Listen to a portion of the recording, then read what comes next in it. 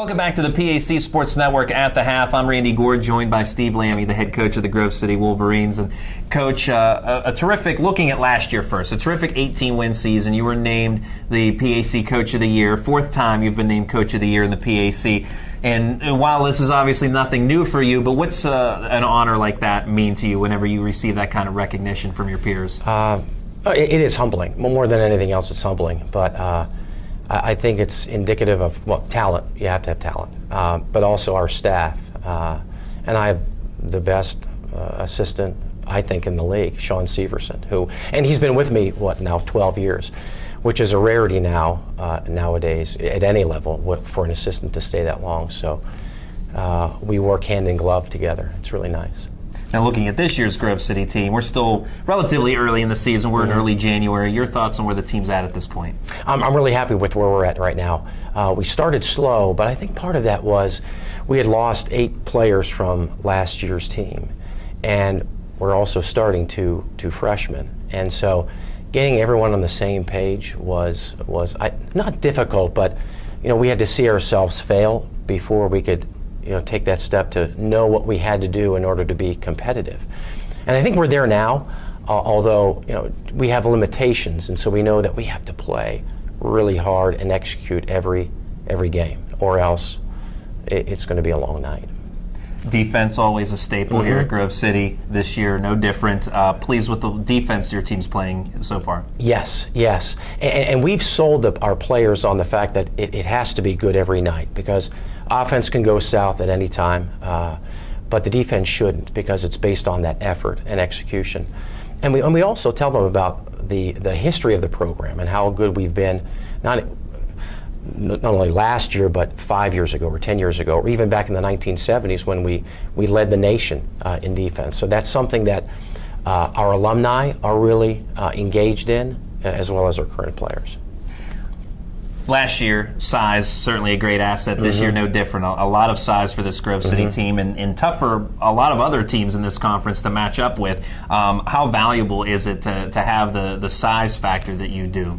I think that last year we noticed how important it was, and we were ranked, I want to say, 13th in the nation in rebounding differential. And that's something over the prior to last year, over maybe the 5 years before that, we really struggled. And part of that was just height. And we went out and tried to get bigger players, knowing that was a deficit in our entire program. And with Andrew Beckman and Corey Huff and John Grimm, they've been carrying the load with the rebounding. And I think that really sets the tone for our defense. So we're not giving up as many offensive rebounds. It's a once and done, maybe possession for our opponents. At least that's what we're trying to do. So it's helped us. And you mentioned Corey Huff and Andrew Beckman. They've also been a couple of your top scorers as well. Talk about them and how they're able to contribute on both offense and defense. They have totally bought into how we try to play, and we are an outlier program. I think a lot of programs, and even basketball as a culture, has gone to more of a spread offense, more three-point shooting.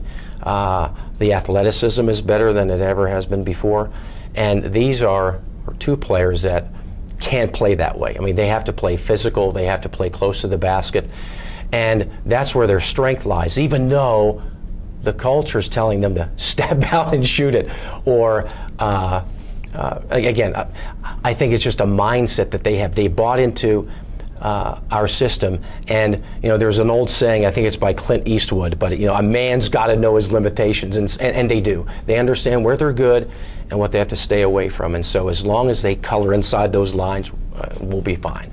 Talking with Andrew Beckman a short time ago, I learned that evidently his uncle played with you here at Grove City. Right. A little bit ago, we'll say. What was it like playing with Andrew's uncle? And I'm sure that played a role in him coming here to Grove City. I think it did, because he visited with his mom and dad, but he also visited with his uncle Mike Wise, who I played with. And I still tell stories about his uncle to the team. I mean, we have lots of stories being teammates 2 years together. But I never mentioned his name, but Andrew knows who I'm talking about. And interestingly, he and his uncle and myself, we were we were on the white team, which is the second team. So we were the team that was always playing defense and never playing offense, and always being yelled at by Coach Barr. Now, looking at some of your other players, Brandon Grider and DJ Martin have also seen time in a starter's role. What can you say about them? Well, Brandon, I'm hoping he can play tonight because he's coming off an injury. We're hoping, because he's just missed the last couple of games. But Brandon has been excellent, and he was a starter, and probably he deserves to be a starter. But we've asked him to come off the bench, at least for now, because it evens out our scoring and who's on the bench and who's playing. And so we always have a scorer, we hope, on the floor. And he's accepted that role. But he is a kid that can score inside and outside, a good three-point shooter, has a knack for getting offensive rebounds, and one of our few players that can score on a one-on-one situation and break a player down. DJ Martin, on the other hand, he played his freshman year and then took the last 2 years off. So he's a senior coming back, and thank goodness he's back, because he's really played a great role in our defensive scheme. Not a great scorer, in certain spots we give him the green light. In other areas, just like the other players, he knows his limitations, and so he stays away from those things that he can't do. But having him back has been huge for us, and I'm thankful. I am thankful that he's back in the uniform. You mentioned early on about this team kind of gelling together, and early on it was a little bit of a process, but you have the two freshmen that have been major contributors. Right. Give us some insight about them and how they've been able to come in and really make an instant impact. Yeah, Zane Laws at the shooting guard and Nate Peters at the point guard. And honestly, we weren't expecting them to come in and start right away, but they grasped our concepts pretty well and then just beat out some other players. And there's growing pains there because there's such a difference between the high school game and the college game. And you can speak to a player until you're blue in the face about the differences, but until they actually get on the floor and see, oh, this is really physical and it's really fast. And you have to play with intensity every possession. All those three things were adjustments that they had to make, but they made it very well. I think one of the reasons for that was they were both coached by great high school coaches and came from great high school programs, so their adjustment period was a little bit quicker than some of our other freshmen. Last season, Grove City, terrific regular season.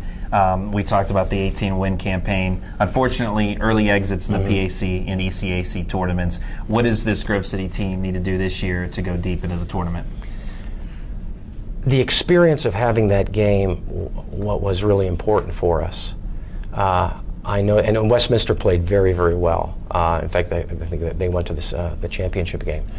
But those young players, a lot of sophomores on that team, didn't understand maybe, again, that next step of playing that much harder against a team that now you're playing them for the third time. And so our defense was good, but we play very tight on offense. But now I'll give Westminster a lot of credit because they just beat us. But that experience, again, there's nothing like experience. You can talk about it, you can watch film, you can read books, but until you step on the floor. So hopefully that experience will help us with the jitters that went into that game last year. That's Grove City head coach Steve Lamie. Coach, thanks for your time and best of luck. Randy. Thanks. We'll have more coming up on the PAC Sports Network.